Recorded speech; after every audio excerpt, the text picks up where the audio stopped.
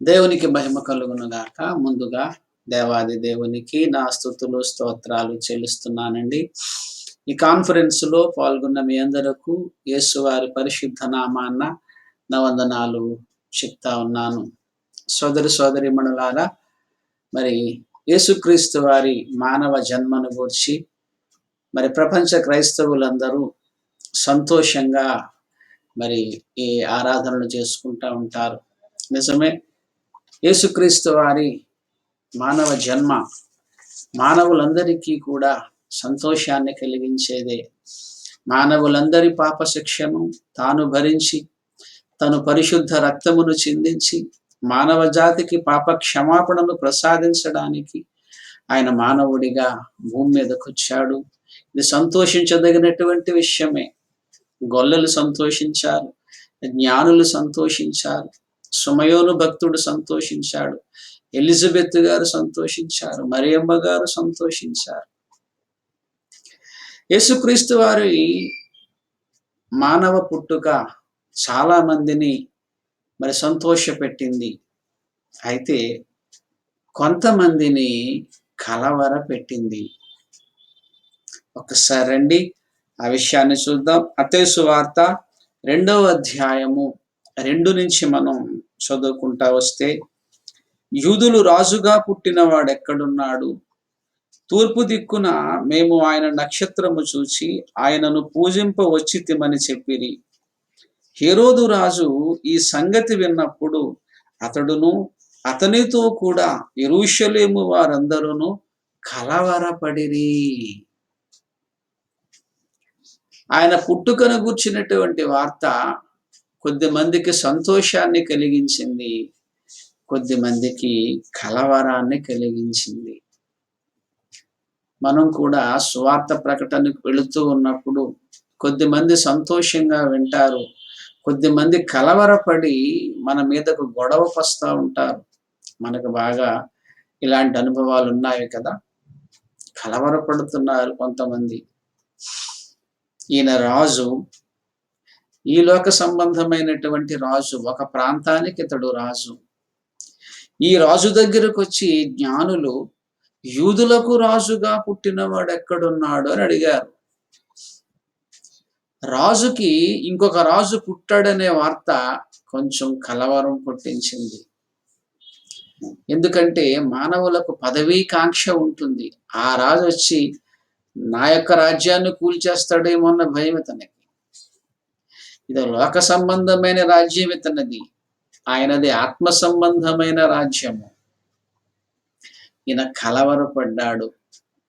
ప్రియ దేవుని సంగమా, రక్షించబడుచున్న మనకు ఆయనను గూర్చినటువంటి వార్త శక్తినిస్తుంది.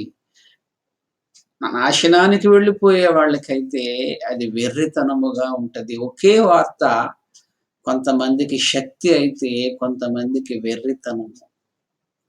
యేసుక్రీస్తు వారి మానవ పుట్టుక కొంతమందికి సంతోషాన్ని కలిగించింది.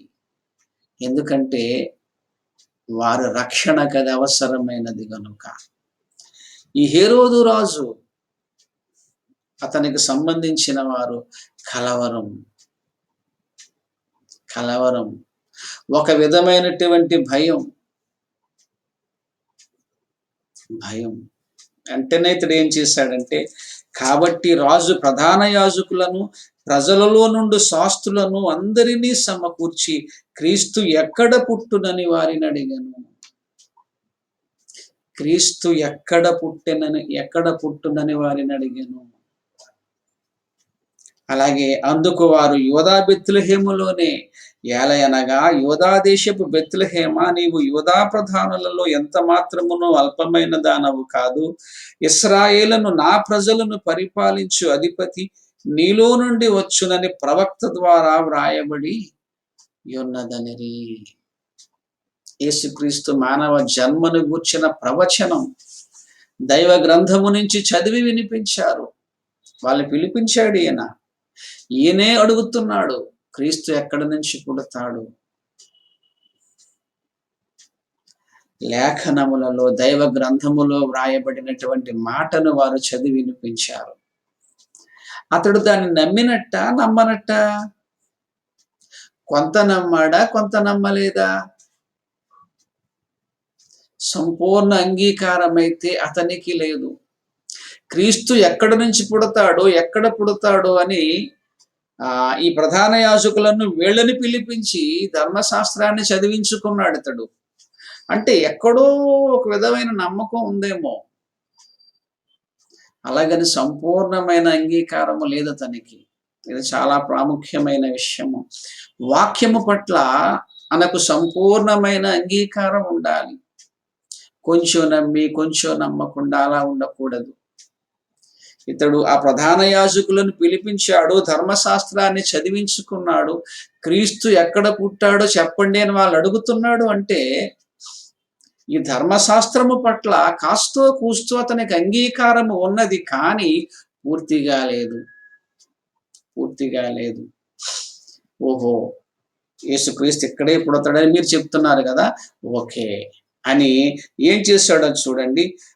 అంతటా హేరోదు ఆ జ్ఞానులను రహస్యముగా పిలిపించి, ఆ నక్షత్రము కనబడిన కాలము వారి చేత పరిష్కారముగా తెలుసుకొని, మీరు వెళ్ళి ఆ శిశువు విషయమై జాగ్రత్తగా విచారించి తెలుసుకొనగానే నేనును వచ్చి ఆయనను పూజించున్నట్లు నాకు వర్తమానము తెండని చెప్పి వారిని బెత్లెహేమునకు పంపెను.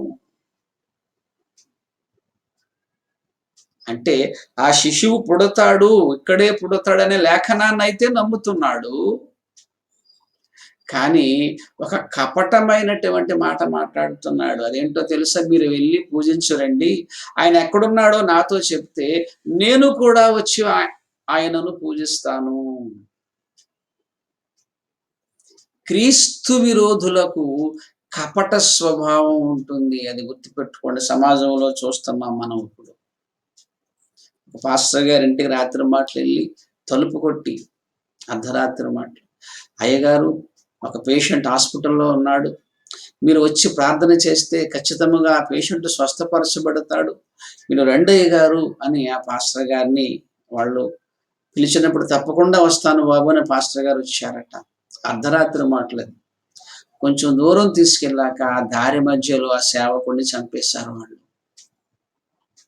కపటం, కపటం. క్రీస్తు విరోధులకు కపట స్వభావం ఉంటుంది. ఈ రాజు కపట స్వభావం. అసలు ఇతను హృదయాన్ని ఎందుకు ఆలోచించాలి? నేను కూడా పూజింతాను, ఆ వర్తమానం నాకు తండి అని ఇతను అంటున్నాడు కదా. పూజకు దేవుడే కదా అర్హుడు. అంటే ఆ పుట్టిన శిశువు దేవుడని ఇతడు అంగీకరిస్తున్నాడా? అంగీకరించటం లేదా? అంగీకరిస్తే చంపేయాలని ఎందుకు అనుకుంటాడు? దేవుడు చంపేస్తాడా? ఇతనికి సాధ్యమా? ఇతని హృదయము సరైనదిగా లేదు.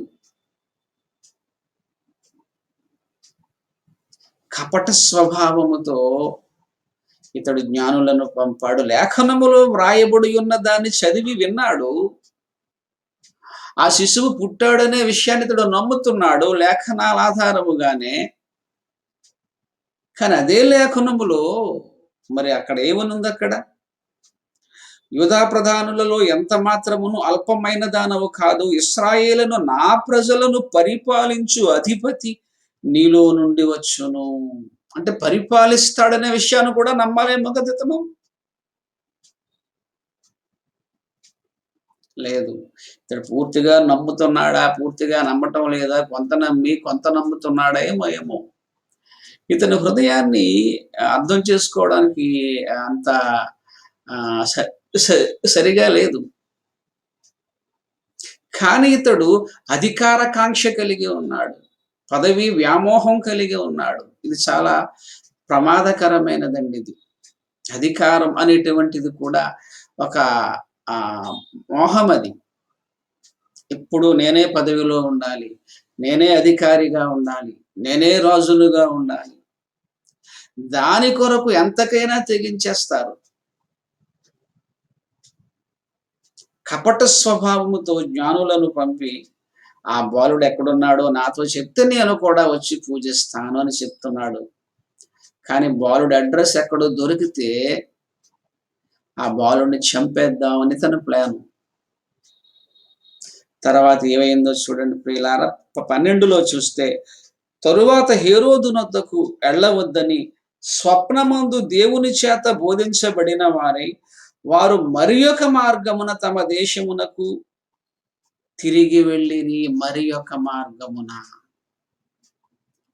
ఈ ప్రమాదము నుంచి తప్పించడానికి దేవుడు వారికి మరియొక మార్గాన్ని చూపించాడు. దేవునికి మహిమ కలుగును గాక. క్రైస్తవ్యాన్ని ఆపడానికి, ఈ క్రైస్తవ్యాన్ని నాశనం చేసేయడానికి అన్ని డోర్లు క్లోజ్ చేయాలని చూస్తున్నారు రాజులు. హెరోదు రాజులు ఆ కాలంలో కాదు, హెరోదు రాజు లాంటి వాళ్ళు అన్ని కాలాల్లోనూ ఉన్నారు, ఈ కాలంలో కూడా ఉన్నారు. క్రైస్తవ్యాన్ని అంతమొందించేయాలి. అనేకమైన కోణాలలో చర్చిలను కూల్చేస్తున్నారు, సేవకులను హింసించేస్తున్నారు, అక్కడక్కడ చంపేస్తున్నారు, బైబిల్ని వారి ఇష్టానుసారముగా వ్యాఖ్యానిస్తున్నారు, బెదిరిస్తున్నారు. రకరకాల విధానాలు, క్రైస్తవ్యానికి వ్యతిరేకముగా చట్టాలు చేస్తున్నారు. అన్ని డోర్స్ క్లోజ్ చేసేసి క్రైస్తవ్యాన్ని అంతమొందించాలి, అది వారి ప్రయత్నము. కానీ దేవుడు మరి ఒక మార్గాన్ని చూపిస్తాడు. దేవునికి మహిమ కలుగును గాక. జ్ఞానులకు మరి ఒక మార్గాన్ని చూపించి అక్కడికి వెళ్ళమన్నాడు. ఆ దారంట వెళ్ళమని చెప్పాడు.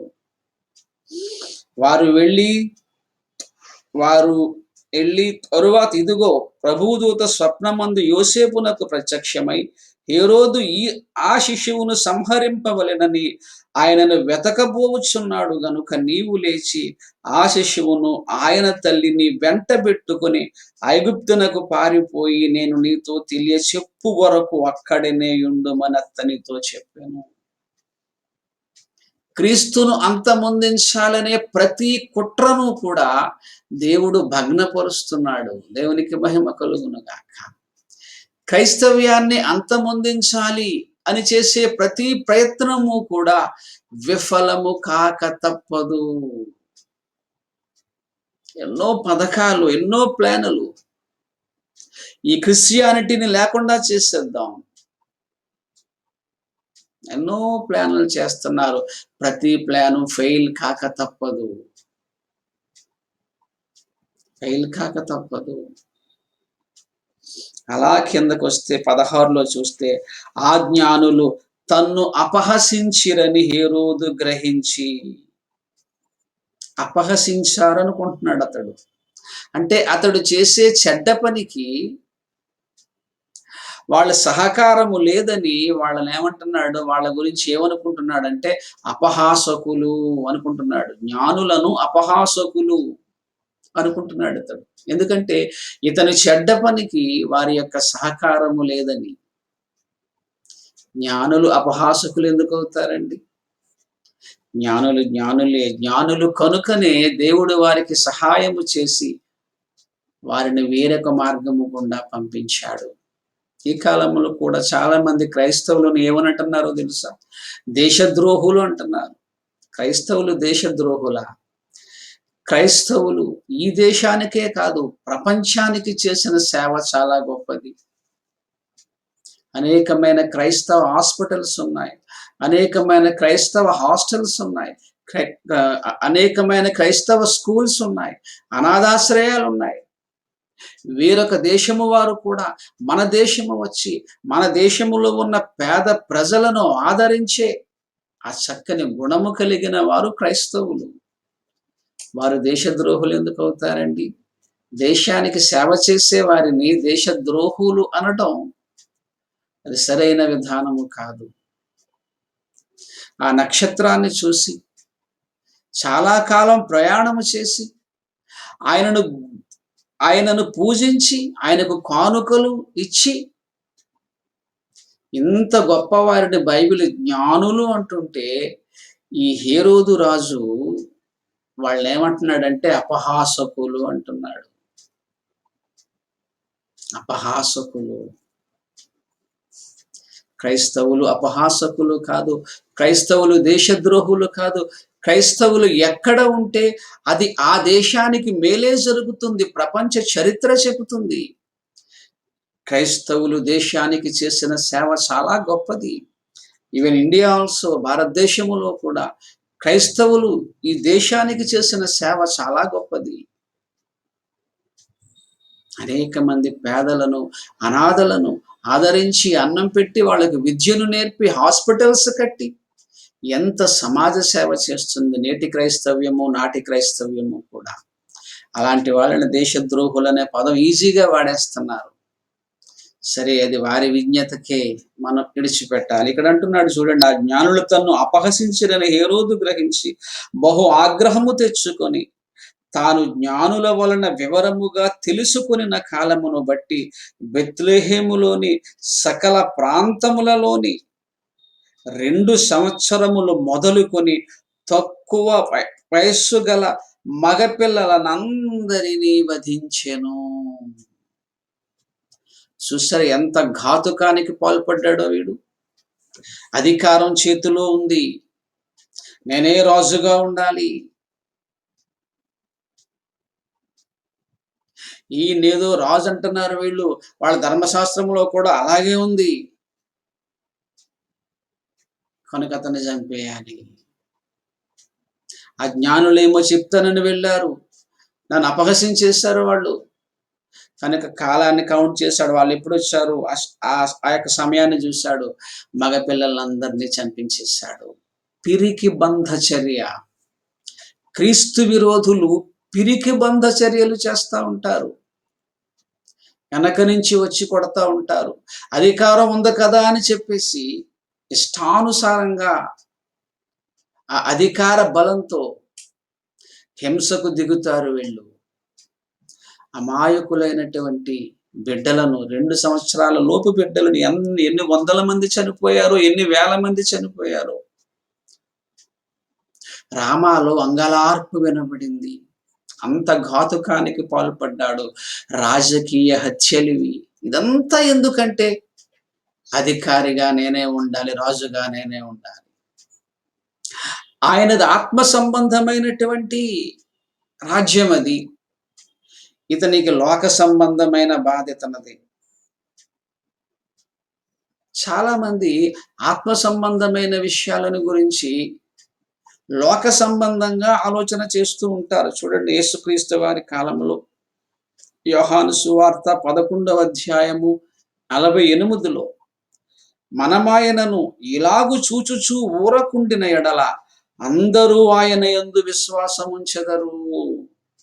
అప్పుడు రోమీయులు వచ్చి, వీళ్ళ బాధ ఏంటో చూడండి, అప్పుడు రోమీయులు వచ్చి మన జనమును ఆక్రమించుకుందురని చెప్పి. వీళ్ళ బాధ లోక సంబంధమైన బాధ ఇది. భారతదేశంలో ఈ క్రైస్తవుల సంఖ్య పెరిగిపోతుంది. ఏంటి బాధ? క్రైస్తవుల సంఖ్య పెరగటం వలన దేశానికి మంచిదే, ఎంతో సేవ జరుగుతుంది, అది దేశానికి క్షేమమే, నష్టమేమీ కాదది.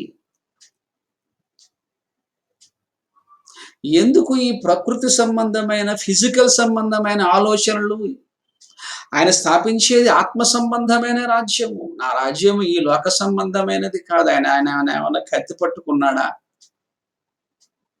ఆయన ఏమన్నా ఒక నక్సలైట్గా ఎక్కడికో వెళ్ళి అడవిలో ఉండి ఏమన్నా పోరాడాడు? అలా ఏం లేదు కదా. ఆయన సామ్రాజ్యము ప్రేమ సామ్రాజ్యము, శాంతి సమాధానముతో కూడుకున్న రాజ్యం అది. దానిని చూసి మనం ఆహ్వానించాలి తప్ప ఇలాంటి పిరికి బంధ చర్యలు, పిల్లల్ని చంపించేయడాలు కపటముతో కూడినవి. ఇలాంటి హేరోదు రాజులు ఈ కాలంలో కూడా ఉన్నారు. ఆ హేరోదు రాజు లాంటి వాళ్ళు అధికారాన్ని చేతిలో పట్టుకుని క్రైస్తవులను హింసిస్తున్నారు, చర్చిలను కూల్చేస్తున్నారు,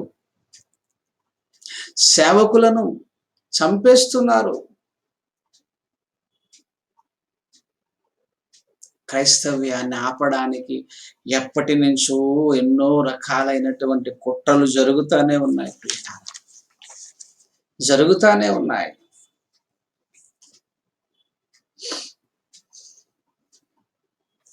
వారికి ఇష్టమైన చట్టాలు వారు చేసేయటం వాళ్ళ చేతిలో ఉంది కదా. ఆ కాలంలో కూడా చూడండి ఒకసారి, అపోస్తుల కార్యములు 17వ అధ్యాయము 7వ వచనములో వీరందరూ యేసు అను వేరొక రాజు ఉన్నాడని చెప్పి కైసరు చట్టములకు విరోధముగా కైసరు చట్టమునకు విరోధముగా నడుచుకొనివారు. అంటే కైసరు ఒక చట్టం చేసేసాడు. ఏంటది? నేనే రాజుని. ఇష్టమైనట్టుగా ఇష్టం వచ్చినట్టుగా చట్టాలు వాళ్ళే చేసేయటం. క్రైస్తవ్యాన్ని స్వీకరిస్తే వాళ్ళకి అన్ని రాయితీలు కట్ ఆఫ్. వాళ్ళ ఇష్టం చేసేసారు అలాగా. క్రైస్తవ్యాన్ని స్వీకరిస్తే నీకు ఏ రాయితీలు రావు. చదువులోను, ఉద్యోగాలలోను, సంక్షేమ పథకాల్లో ఇట్లా ఏమి ఉండవు. అన్నీ తీసేశారు. ఎందుకు తీయాలి అలాగా? వాళ్ళ చేతిలో అధికారం ఉంది, వాళ్ళ చేతిలో చట్టాలు ఉన్నాయి. వాళ్ళ ఇష్టం, వాళ్ళ ఇష్టం. క్రైస్తవ్యానికి వ్యతిరేకముగా చట్టాలు చేసేస్తున్నారు,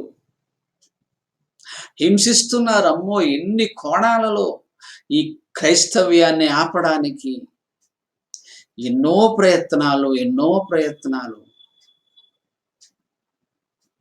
అలాంటి వారితో దేవుడు అంటున్నటువంటి ఒక మాట, 2వ కీర్తన, చక్కని మాట. 2వ కీర్తన 3వ అధ్యాయము 12వ వచనము. 2వ కీర్తన 2వ అధ్యాయము 3-12 మనకు ఒక్కసారి చూడండి. భూరాజులు 2వ కీర్తన 3-12 వరకు. భూరాజులు యెహోవాకును ఆయన అభిషక్తునికి విరోధముగా నిలవబడుచున్నారు. భూరాజులు, అనేకమైన దేశాలు, దేశానికి సంబంధించిన రాజులు, భూరాజులు, ఒక్కరు ఇద్దరు కాదు, నెంబర్ ఆఫ్ కింగ్స్. యెహోవాకును ఆయన అభిషక్తునికి విరోధముగా నిలవబడుచున్నారు. ఏలికలు ఏకీభవించి ఆలోచనలు చేస్తున్నారు. ఏలికలు, రాజులు, పరిపాలించే వాళ్ళందరూ ఏకమైపోతున్నారు, ఆలోచనలు చేస్తున్నారు. ఏంటి ఆలోచనలు? క్రైస్తవ్యాన్ని ఎలా అంతమొందించాలి, ఈ క్రైస్తవ్యాన్ని ఎలా అంతమొందించాలి. అప్పుడు జరుగుతుంది ఏంటో తెలుసా? మంచి మాట, ప్రపంచ క్రైస్తవ్యానికి ఆదరణ కలిగించే మాట. ఆకాశమందు ఆసీనుడగు వాడు నవ్వుచున్నాడు. దేవునికి మహిమ కలుగునుగాక. వీళ్ళందరూ ఏకమైపోయారు, భూరాజులు. అసలు భూమి ఎలా కలిగిందయ్యా? నువ్వు భూమి మీద ఉన్నావు కదా. భూమి మీద ఏదో ఒక దేశానికి నువ్వు రాజువు కావచ్చు, ఒక రాష్ట్రానికి రాజువు కావచ్చు. అసలు భూమిని కలిగించిన వాడే దేవుడు అన్న సంగతి నీకు తెలుసా? భూరాజులందరూ ఏకమైపోతున్నారట. యెహోవాకును ఆయన అభిషక్తునికి, క్రీస్తుకును విరోధముగా ఉంటున్నారట. అందరూ ఏకీభవించి ఏలికలందరూ ఏకమైపోతున్నారు. మొత్తం రాజులందరూ ఏకమైపోతున్నారట. ఎందుకు? ఈ క్రైస్తవ్యాన్ని ఎలా నాశనం చేసేయాలి, ఈ భూమి మీద లేకుండా. అప్పుడు అంటున్నాడు, ఆకాశమందు ఆసీనుడుగా వాడు నవ్వుచున్నాడు. మీరా? నా రాజ్యమును అంతమొందించేది మీరా? ఈ ఆకాశాలను నోటి మాట చేత కలిగించాను. ఈ మహావిశ్వంతో పోల్చుకుంటే భూమి ఎంత, ఈ భూమి మీద మీ దేశం ఎంత, ఈ దేశములో నువ్వెంత, నీ సైన్యం ఎంత? మీరందరూ ఏకమైపోతే నా రాజ్యాన్ని కూల్చేస్తారా? నవ్వుచున్నాడు. ఇలాంటి మాటలు ఎవరైనా చెప్తున్నప్పుడు మనం నవ్వాలంతే. నా దగ్గరకు ఒక పుస్తకం వస్తూ ఉంటుంది ఫ్రీక్వెంట్గా. ఆ పుస్తకంలో ఆయన ఏమని రాస్తానంటే, అతను క్రీస్తు విరోధి. యేసుక్రీస్తు 2వ రాకడం నేను ఆపేస్తానంటున్నాడు అతను. నవ్వపోతే ఏం చేయాలి మరి? యేసుక్రీస్తు 2వ రాకడం ఆపేస్తావా? ఇప్పటికే చాలా పెద్ద వయసు అయింది, ఇంకెంతకాలం భూమి మీద ఉండడు అతను. యేసు రెండవ రాకడ ఆపేస్తావా నువ్వు?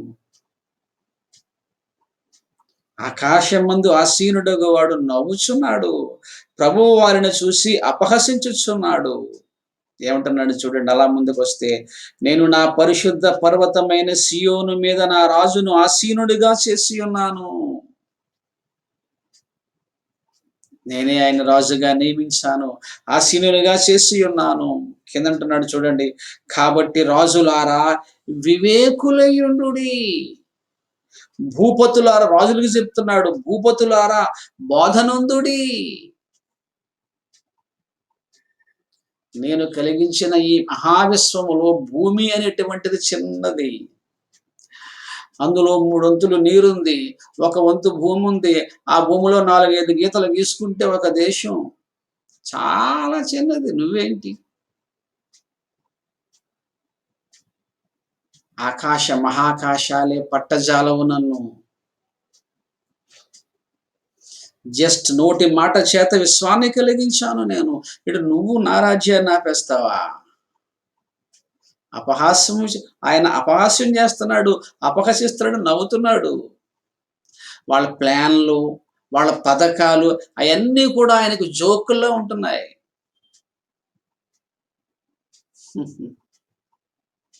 ఏదో క్రైస్తవులను హింసించేసి, చర్చిలను కూల్చేసి, క్రైస్తవ్యానికి విరోధముగా చట్టాలు చేసేసి, క్రైస్తవ్యాన్ని అంతమొందించాలని వారి ప్రయత్నాలు చేస్తున్నారు కదా. ఆకాశమందున్నవాడు నవ్వుచున్నాడు. భూపతులారా బోధనొందుడి, రాజులారా వివేకులయుండుడి, భయభక్తులు కలిగి యెహోవాని సేవించుచు గడగడ వణుకుచు సంతోషించుడి. గడగడ వణకండి మీరు. మానవుడెంత? అతని ఆయుష్ ఎంత? అసలు ఈ దేవుని ఈ మహావిశ్వంతో పోల్చుకుంటే భూమి ఎంత? దాని మీద దేశం ఎంత? దేవుని రాజ్యాన్ని ఆపేద్దామనే. నువ్వు రాజు అనుకుంటే నీలాంటి కొన్ని వందల మంది రాజులకు రాజు ఆయన. ఈ మహావిశ్వానికి రాజు ఆయన. కుమారుణ్ణి ముద్దు పెట్టుకొనుడి, లేని ఎడల ఆయన కోపించును. ముద్దు పెట్టుకొనుడి అంటే పూజించుడి. రాజులు కూడా యేసుక్రీస్తును పూజించాలి. ముద్దు పెట్టుకొనుట అంటే పూజించుట. దానికి వాక్యాధారం చూపిస్తున్నాను. 1వ రాజులు 19వ అధ్యాయము 18వ వచనము. 1వ రాజులు 19వ అధ్యాయము 18వ వచనము. ఆయనను ఇశ్రాయేలు వారిలో బయలుకు మోకాళ్ళోనకయు నోటితో వాణ్ణి ముద్దు పెట్టుకొనకయు నుండు 7,000 మంది నాకు ఇంకను మిగిలియుందురు. ఇక్కడ బయలు అనేటువంటి ఒక దేవత ఉంది. దేవత అంటే వాళ్ళు ఏదో కల్పించుకున్నది. దాన్ని బయలుకు మోకాళ్ళోనకయు అంటే పూజిస్తున్నారు. నోటితో వాణ్ణి ముద్దు పెట్టుకొనకయు అంటే విగ్రహాన్ని వీళ్ళు పూజిస్తున్నారు. అంటే ముద్దు పెట్టుకొనుట అంటే పూజించుట అనే భావము ఈ వచనములో ఉన్నది. కుమారుని ముద్దు పెట్టుకోండి అంటే యేసుక్రీస్తుని పూజించండి. జ్ఞానులు పూజించారు. ఆయన్ను పూజించటం మానేసి ఆయన చంపాలని చూస్తున్నాడు. పైకి మాత్రం నేను కూడా వచ్చి పూజిస్తాను. ఎందుకా కపటం? ఎందుకా కపటం? నువ్వు రాజువు కావచ్చు. నువ్వు జీవిస్తున్నటువంటి ఈ భూమిని కలిగించిన వాడే శిశువుగా పుట్టాడయ్యా. శిశువుగా పుట్టినవాడంటే ఆ చిన్న బాలుడు, చిన్న పిల్లోడు చంపేద్దాం అనుకుంటున్నావా? ఈ మహావిశ్వాన్ని కలిగించిన వాడు ఆయన. అందుకే అంటున్నాడు, భూపతులారా బోధనుందండి, రాజులారా వివేకులై ఉండండి.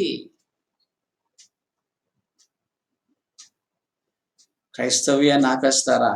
అంతమొందించేస్తారా? అలాంటి వారికి ఒక మాట చూడండి. మత్తయి సువార్త 2వ అధ్యాయము 21వ వచనము. మత్తయి సువార్త 2వ అధ్యాయము 21వ వచనము. శిశువు ప్రాణము తీయ చూచుచుండిన వారు చనిపోయిరి. మళ్ళా చదువుతున్నాను. మత్తయి సువార్త 2:21. శిశువు ప్రాణము తీయ చూచుచుండిన వారు చనిపోయిరి. చనిపోయిరి. ప్రపంచ చరిత్రలో క్రైస్తవ్యాన్ని అంతమొందించాలని ఎన్నో ప్రయత్నాలు చేశారు. నీరో చక్రవర్తి లాంటి వాళ్ళు. వాళ్ళందరూ కాలగర్భంలో కలిసిపోయారు, చనిపోయారు. శిశువు ప్రాణము తీయ చూచుచుండిన వారు చనిపోయిరి.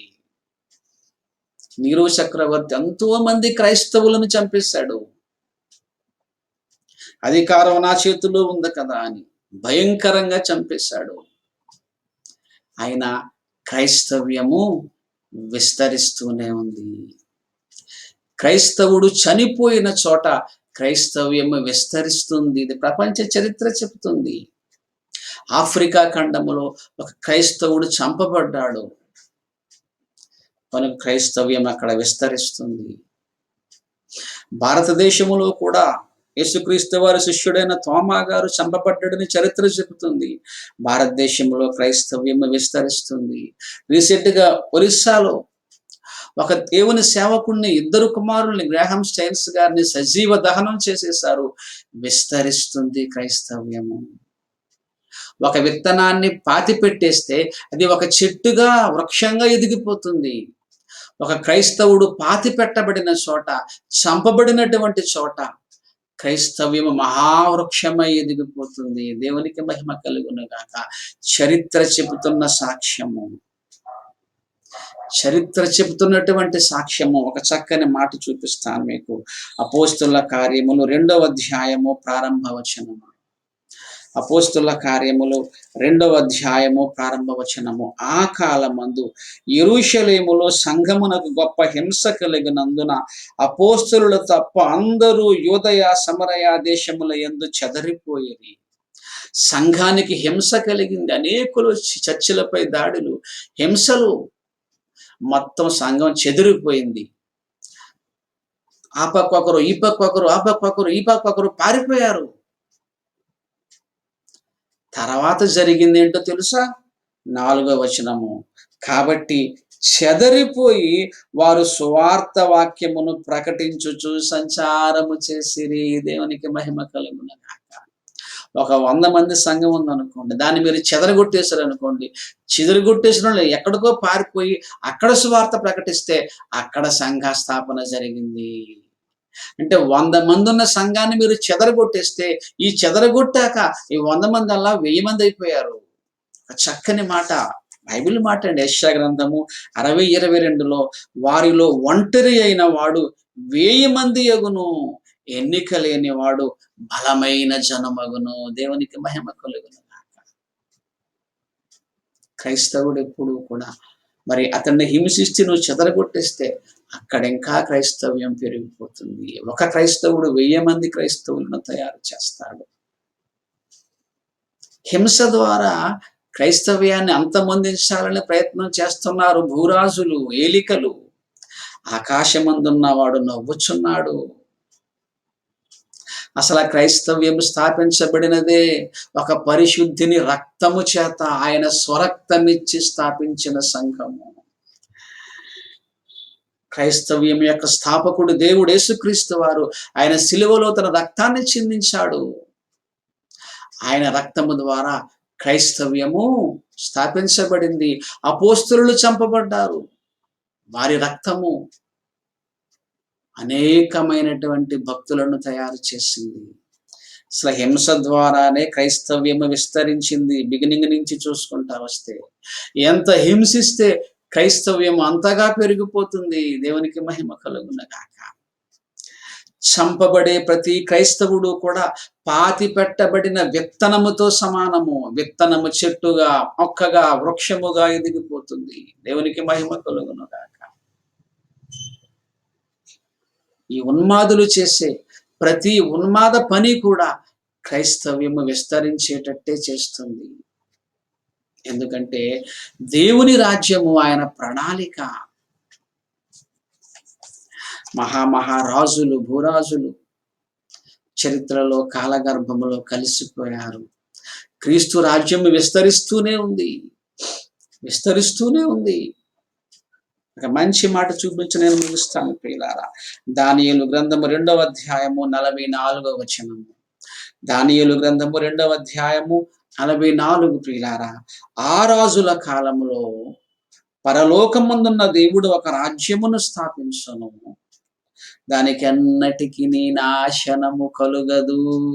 నాశనం చేసేస్తావా క్రైస్తవ్యాన్ని? మొత్తం క్రిస్టియానిటీ లేకుండా చేసేస్తారా? ఆహా, చంపేస్తారా? ఒక వ్యక్తి చంపబడ్డాడంటే కొన్ని వేల మంది పుట్టుకొస్తారు. దానికి అన్నటికి నాశనము కలగదు. ఆ రాజ్యము దాన్ని పొందిన వారికి గాక మరి ఎవరికి చెందదు. అది ముందు చెప్పిన రాజ్యములన్నిటినీ పగులగొట్టి నిర్మూలము చేయును గాని అది యుగ యుగముల వరకు నిలుచును. బబులోను సామ్రాజ్యం ప్రపంచాన్ని పరిపాలించింది, కూలిపోయింది. మాదీయ పారసీకుల సామ్రాజ్యము, రోమీల సామ్రాజ్యము, గ్రీకుల సామ్రాజ్యము, ఈ ప్రపంచాన్ని పరిపాలించి సామ్రాజ్యాలన్నీ కూడా కాలగర్భములో కలిసిపోయాయి. కానీ దేవుడు స్థాపించే ఒక రాజ్యం ఉన్నది, అది యుగ యుగములు ఉంటుంది, అది శాశ్వత కాలం ఉంటుంది. ఇదే దానియేలు 4:3 చూడండి. ఆయన రాజ్యము శాశ్వత రాజ్యము. Nobody can stop it. ఎవరు ఆపలేరు దాన్ని. దాన్ని నాశనము చేద్దామని అనుకుంటే అది వారి నాశనానికే వెళుతుంది. ఎంత మందిని చంపితే అంతకన్నా ఎక్కువగా క్రైస్తవ్యం పెరుగుతుంది. ఎంతగా హింసిస్తే అంతగా క్రైస్తవ్యం విస్తరిస్తుంది. ఆయన ఆధిపత్యము తరతరములు ఉండును. ఆయన ఆధిపత్యము, ఆయన రాజ్యము శాశ్వత రాజ్యము. మహామహా సామ్రాజ్యాలు, రాజులు క్రీస్తు రాజ్యాన్ని ఆపలేకపోయాయి. ఏ రాజ్యము, ఏ రాజు కూడా క్రీస్తు రాజ్యమును ఆపలేదు. దైవ గ్రంథము చెప్తుంది, ప్రవచనాలు చెప్తున్నాయి, చరిత్ర చెప్తుంది. అందుకే రాజులారా వివేకులై ఉండండి, భూపతులారా బోధనందండి. ఎన్ని చట్టాలు చేసినా, ఎన్ని హింసలు చేసినా క్రైస్తవ్యం విస్తరిస్తూనే ఉంటుంది. ఎందుకంటే ఇది మానవులు కల్పించిన రాజ్యము కాదు, ఇది దేవుడు స్థాపించిన రాజ్యము. కనుక ప్రియ దేవుని సంగమా, క్రైస్తవులారా, హింసలు వస్తున్నప్పుడు మనం భయపడవలసిన పని లేదు. ఆదిమ సంఘము నుంచి ఎప్పటి వరకు క్రైస్తవ సంఘ చరిత్రను చూస్తూ ఉంటే అనేకులు చంపబడ్డారు, అనేకులు హింసించబడ్డారు, క్రూరముగా వారు చంపబడ్డారు. అలాంటి గొప్ప దృష్టం మీకు నాకు వస్తే సంతోషమే. దేవుని కొరకు హతసాక్షులు అయిపోవడం గొప్ప భాగ్యమే. భయపడవలసిన పని లేదు. క్రీస్తు రాజ్యము విస్తరిస్తూ ఉంటుంది, అది యుగ యుగములు ఉండేది. దానికి ఎన్నటికీ నాశనము కలగదు, ఎన్నటికీ నాశనము కలగదు. ఈ వాక్యము ఎంతో ఆదరణ కలగ చేస్తుంది, మనకి ఎంతో ఆదరణ కలగ చేస్తుంది. కనుక మన సంఘ బిడ్డలారా, భయపడవలసిన పని లేదు. మనం నమ్ముకుంటున్నటువంటి దేవుడు గొప్పవాడు. ఏమాత్రం భయపడకుండా ఆయన సువార్తను సమాజానికి ప్రకటిద్దాం. ఆయన రాజ్య విస్తరణ కొరకు పాటుపడదాం. పరిశుద్ధాత్మ దేవుడు అందుకు సహాయం చేయునుగాక. ప్రార్థన చేసుకుందాం. ప్రేమ కలిగిన తండ్రి, మీ రాజ్యము శాశ్వతమైనటువంటి రాజ్యము, నాశనము లేనటువంటి రాజ్యము. నీ భక్తులు ఎంతో మంది చంపబడ్డారు తండ్రి, ఎంతో మంది శ్రమలు అనుభవించారు తండ్రి. ఎంతో మంది రాజులు ఎన్నో కుట్రలు పన్ని మీ యొక్క రాజ్యాన్ని అంతమొందించాలని ఎన్నో ప్రయత్నాలు చేసిన వారు అంతమైపోయారు. కానీ మీ రాజ్యము ప్రభా విస్తరిస్తూనే ఉంది. అందును బట్టి మీకు స్తుతులు స్తోత్రాలు చెల్లిస్తున్నాం. మీ రాజ్య విస్తరణ కొరకు ఎన్ని శ్రమలు వచ్చినా ఓర్పుతో సహనముతో మేము భరించి మీ రాజ్య వ్యాప్తి కొరకు మేము పాటుపడేలాగా మాకు సహాయము చేయండి. మమ్మను ధైర్యపరచండి. యేసు వారి పరిశుద్ధ నామాన్ని ప్రార్థన అడిగి వేడుకొంచున్నాము తండ్రి. ఆమెన్. తండ్రి అయిన దేవుని ప్రేమయు, కుమారుడైన యేసుక్రీస్తు వారి కృపయు, పరిశుద్ధాత్మ దేవుని అన్యోన్య సహవాసం ఇప్పుడు ఎల్లప్పుడూ సదాకాలము మనందరిపై తోడై ఉండునుగాక. ఆమేన్. అందరికీ వందనాలండి. Praise the Lord uncle.